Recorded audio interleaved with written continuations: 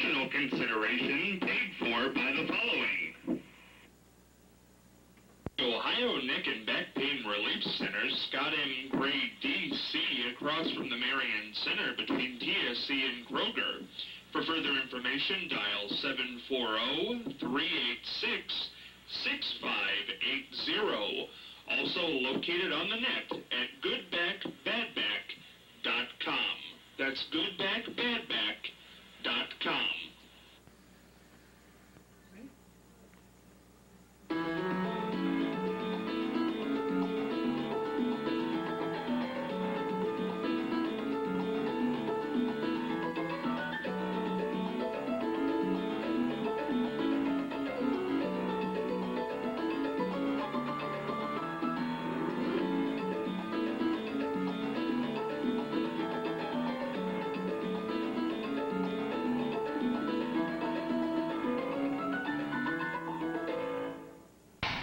Scott Spears along with you on a Tuesday here on The Exchange, joined by Charlie Evers, Mary Ann Michaels, Lou Conkle, Shannon O'Neill, and Martha Douse-Manesi.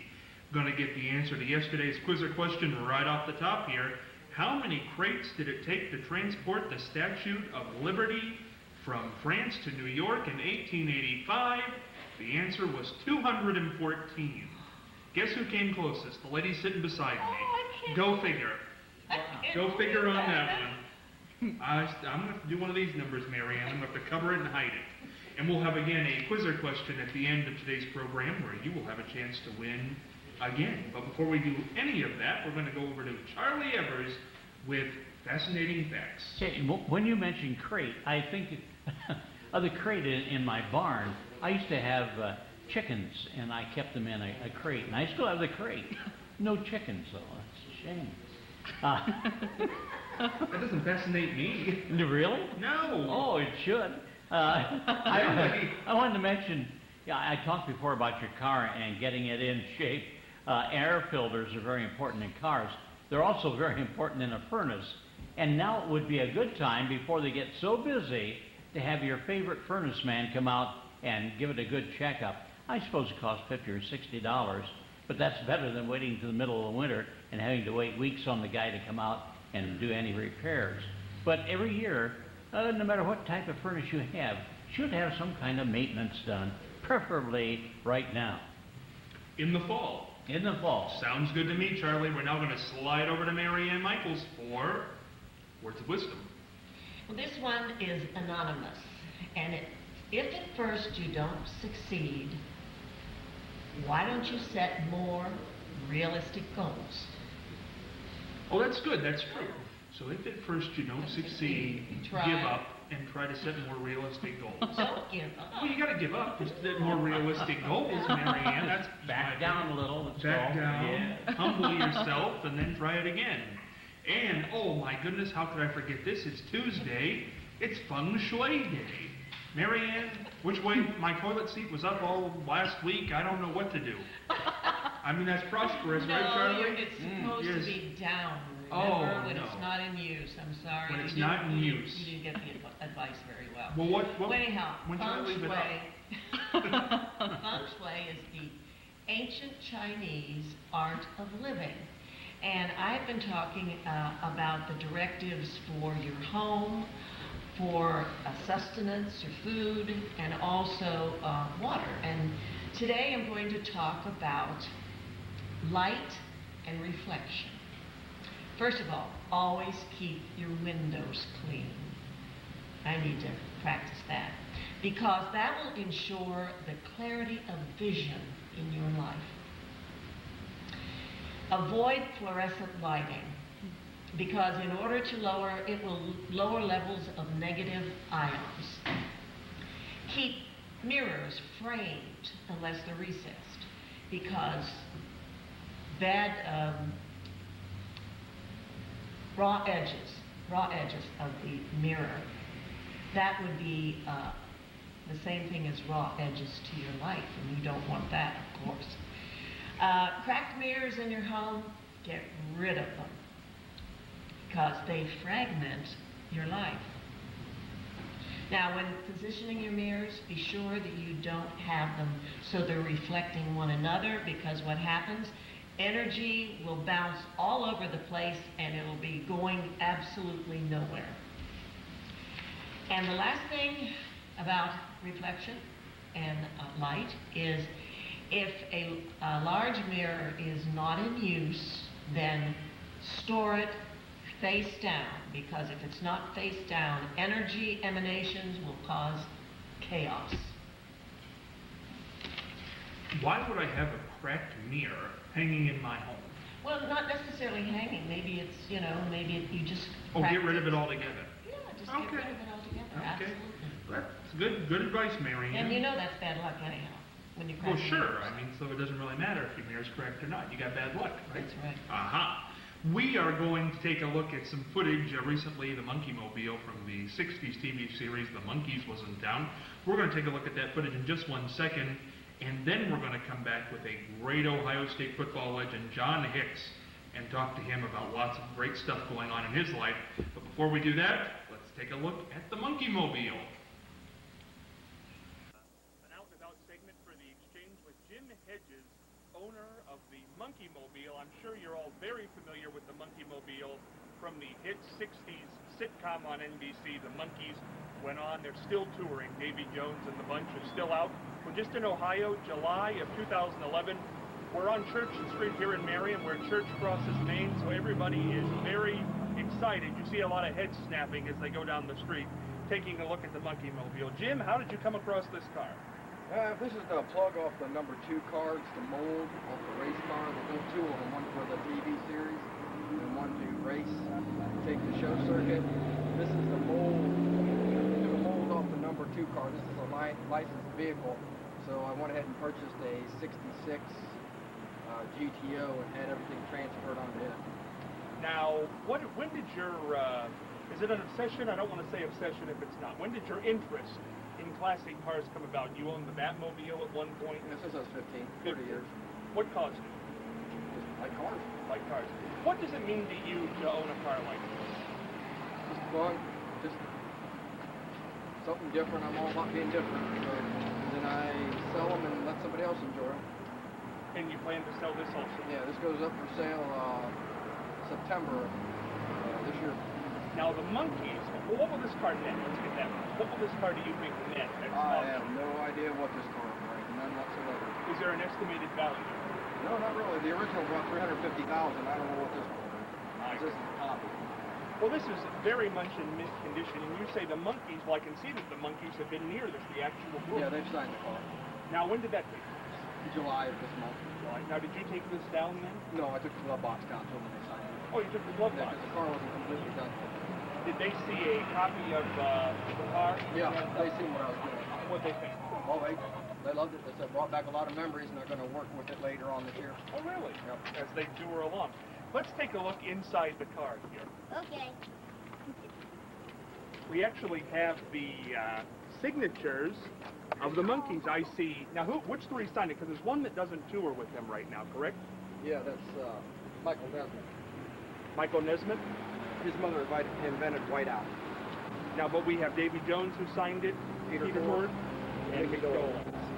And that's very cool. Now look at the dashboard in a car like this. Jim, to have a car intact like this, dashboard and all, and still running, how many of those are around? I know a lot of people tinker with these things, but of these TV classic cars, Munstermobiles, Batmobiles, Monkey Mobile, how are still this intact, even the copies? I don't know how many there's out there. I mean, I'd just say probably a handful of that. This is an amazing car. Now, what kind of material is the inside there?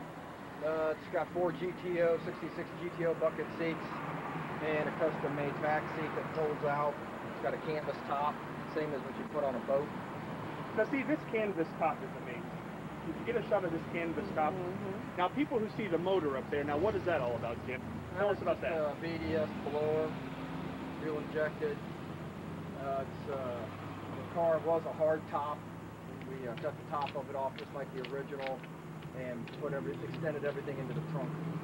Now, what about these pipes down here coming out of the tires? Those are exhaust pipe, zoom pipes. Now, what was special about the Monkey Mobile that they chose this car to look at? Obviously, it didn't look this way when it came to them. But what was special about this type of car? Do you know any of the inside stories? Well, the Pontiac donated a brand new 66 GTO, 2 of them. So this car could be, Dean Jeffries was the builder, so Dean Jeffries could build the car for the TV series. Now, was it true that Dean was offered the cars when the show was over, but he passed up on them? Yeah. Do you know the reason for that? Because he had the molds and he figured they were already beat up, so he'd go ahead and build his own if he had to. And it would actually be cheaper to build his own than it would have been to build one of these. Yeah. I find that interesting. You built this, when this came to you, what did it come with? 66 GTO. And how much money would you have to put into something to turn it into this? Quite a bit. I would imagine Quite a so. bit. You'd have to know how to fabricate, you have to know how to, yeah, quite a bit. How much time goes into it? Oh, I'd say about 8 hours a day, about 6 months. Wow. But finished and happy with it. Oh, yeah. How fast does it go? Oh, we'll probably do about 170, 180, no Really? problem. Now, is there any special kind of preparation that goes into getting a car like this licensed because it is a replica? Nope. Just go up to the DMV and get it taken care of? As long as it's a GTO and it's already licensed as a GTO, so there's really no issues. Now, where did you get the old car? I got the old car in New York. New York. Now, let's take a look at the tires. Everybody loves the tires. Tell us a little bit about the tires there, Jim. Those are brand new Traeger SST tires that were bought brand new from Summit. The same thing that they had on the original 66. What would you think, what do you, in your opinion, is the most special thing about the Monkey Mobile? Just the outstanding features, the front end, the rear end. And parachute? Yep, parachute, the back. Now, what was the parachute all about in the previous series? Nothing really. That was just a thing they did with custom cars back then. They could give you the illusion it had a lot of speed. Because a lot of the cars back in the 60s had parachutes, the Batmobile, Monkey's Mobile. There were a bunch of them that put parachutes on the back of them because they wanted you to think it had a lot of horsepower. Well, this is an amazing machine, Jim. I'm sure you go to a lot of car shows. How many car shows have you visited with this, and will you visit this summer?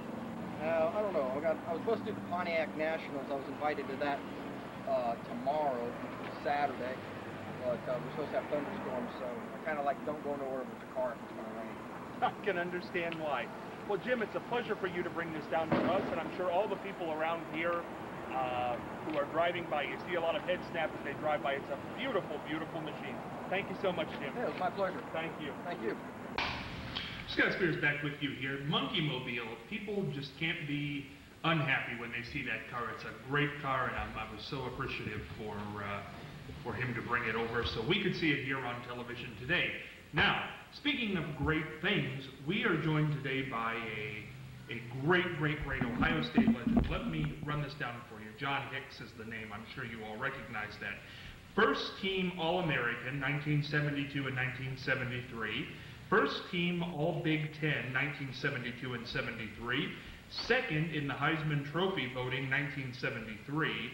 Outland Trophy winner, 1973. Lombardi Trophy winner, 1973. And most recently, the Rose Bowl Hall of Fame in 2009. It's with great pleasure that we welcome John Hicks, Ohio State legend, to our program. John, thank you so much for making the trip. Well, thank you, Scott. I'm sorry about last week. I just forgot. You're allowed. You're allowed. We're glad to have you here this week.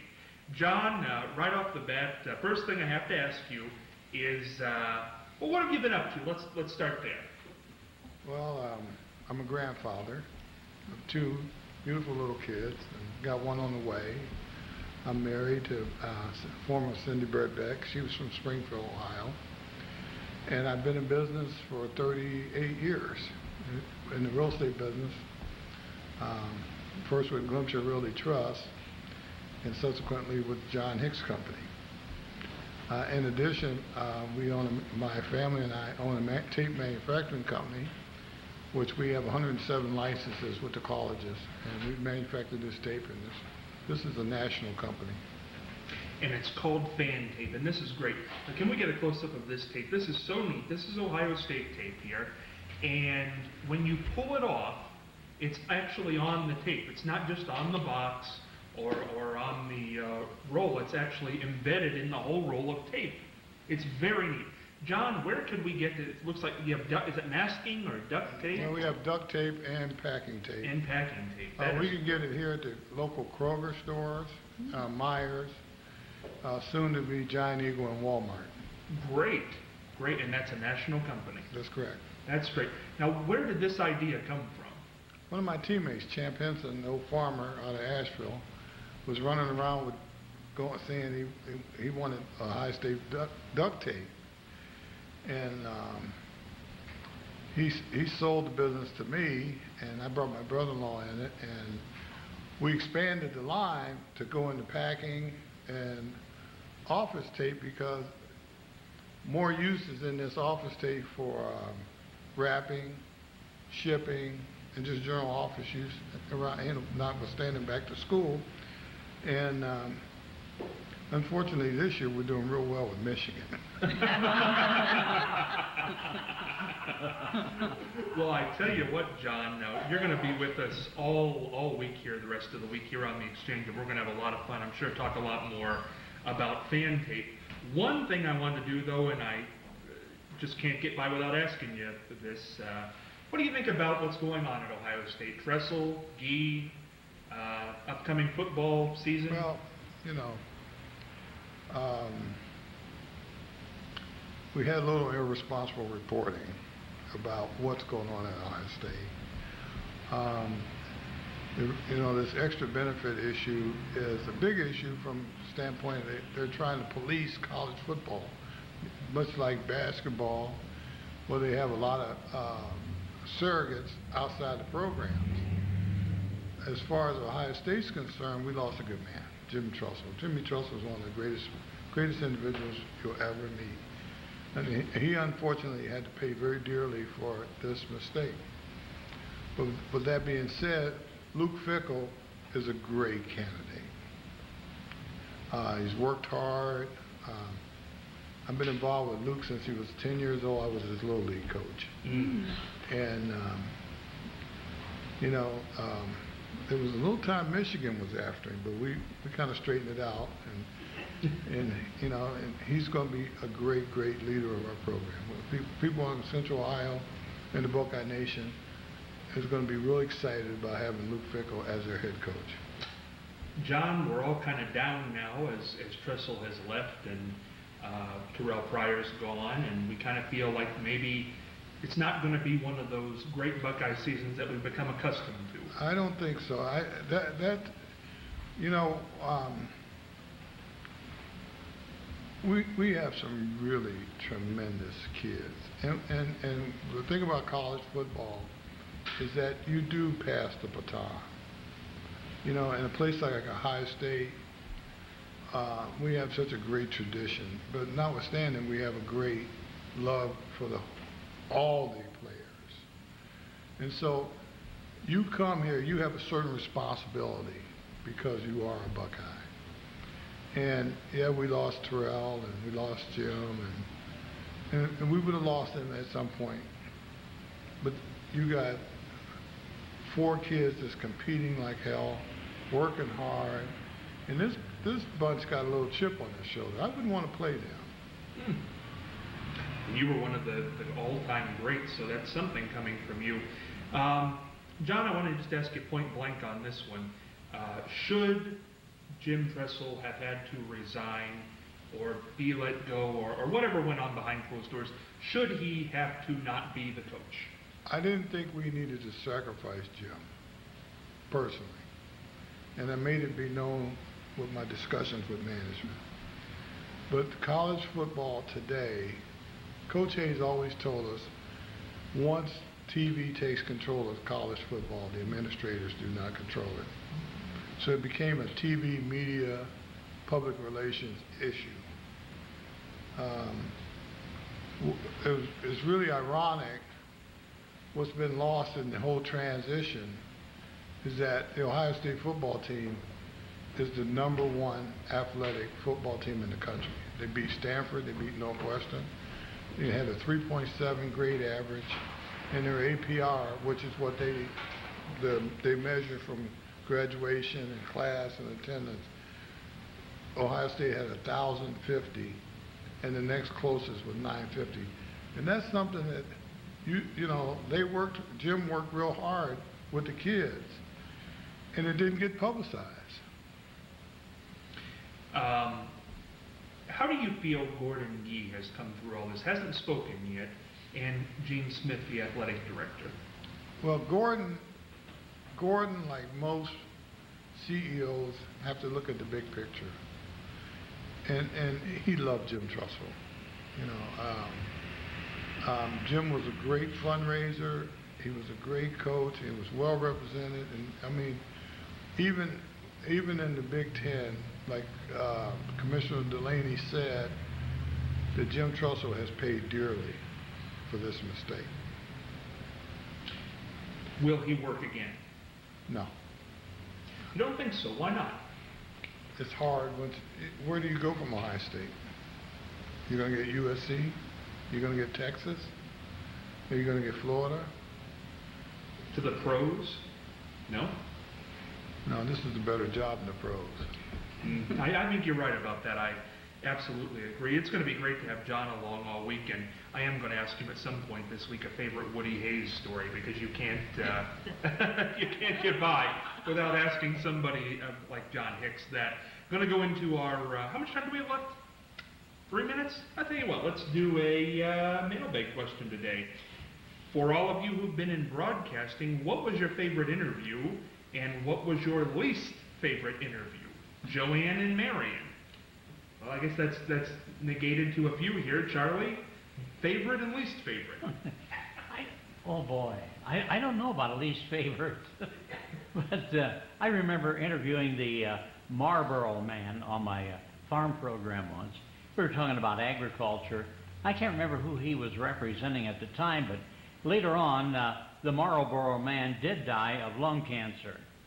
Sad. Yes, it was sad. But I interviewed John Glenn once, and shortly after John had fallen in his bathtub, hit his head, and was, injured, and I had him in my van, and I never will forget. The last thing I said to him, just automatically, "Watch your head, John." Then I felt, Mary, and best and worst. Well, the worst, I think I've told you, and there may be some people out there who have heard this, was Sally Field.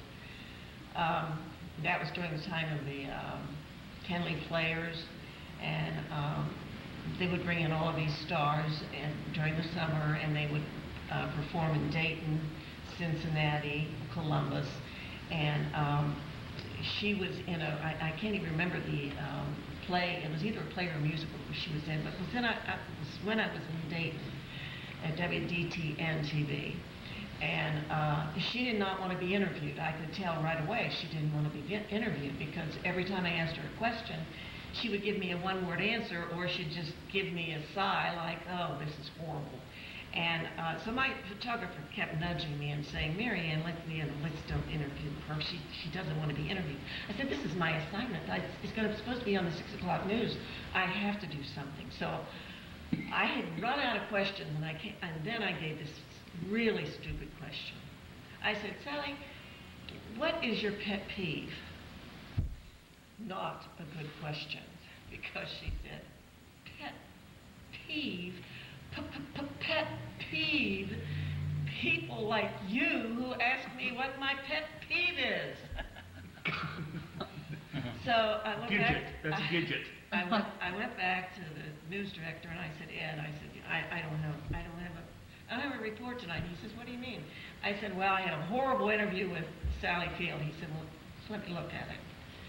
So he looked at it, and he laughed, and he said, "Marianne, we are going to put on Sally Field on the 6 o'clock news and show everyone what Sally Field is really like."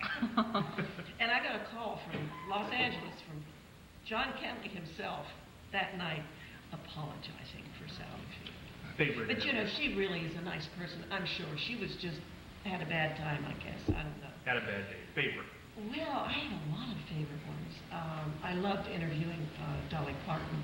She was just a jewel, and I like there were just, wonderful interviews that I've had, but I can remember that interview especially. I think my favorites were Helen Thomas, Phyllis Diller, with a minute left to go. Least favorite, Karen Holbrook, and I'll tell you sometime why. That was my least favorite interview, but we don't have time to do that today. Want to end with the quiz question. What did gangster Al Capone's oldest brother, Jim, who went by the name Richard Two Gun Hart, do for a living? What did Richard Two Gun Hart do for a living? What did he do, Charlie? I'm sure it was something very nice. Something totally opposite of crime, but I can't, I have no idea. Marianne, did you get a look at my paper? No, I did not look at your paper. He always accuses me of cheating. I don't know why. Well, what did he do? Well, I'm thinking of Bret Hart. He was I think he was a novelist, but maybe he was a Western cowboy. Lou, what did Al Capone's oldest brother do for a living? I don't know. I'm sorry. That's a tough one. Martha, you have any ideas? No, I don't. Shannon? Marianne, you weren't far off with the Western cowboy. We've been discussing this over here. Cowboy is the answer. Cowboy. Cowboy? Okay, we'll go with that. And we'll give you the answer at the top of tomorrow's program. Remember, go to the Exchange Marianne on Facebook. Lou, thank you so much for coming in. It's my pleasure. Lou Conklin, happy 91st birthday. We'll be back tomorrow.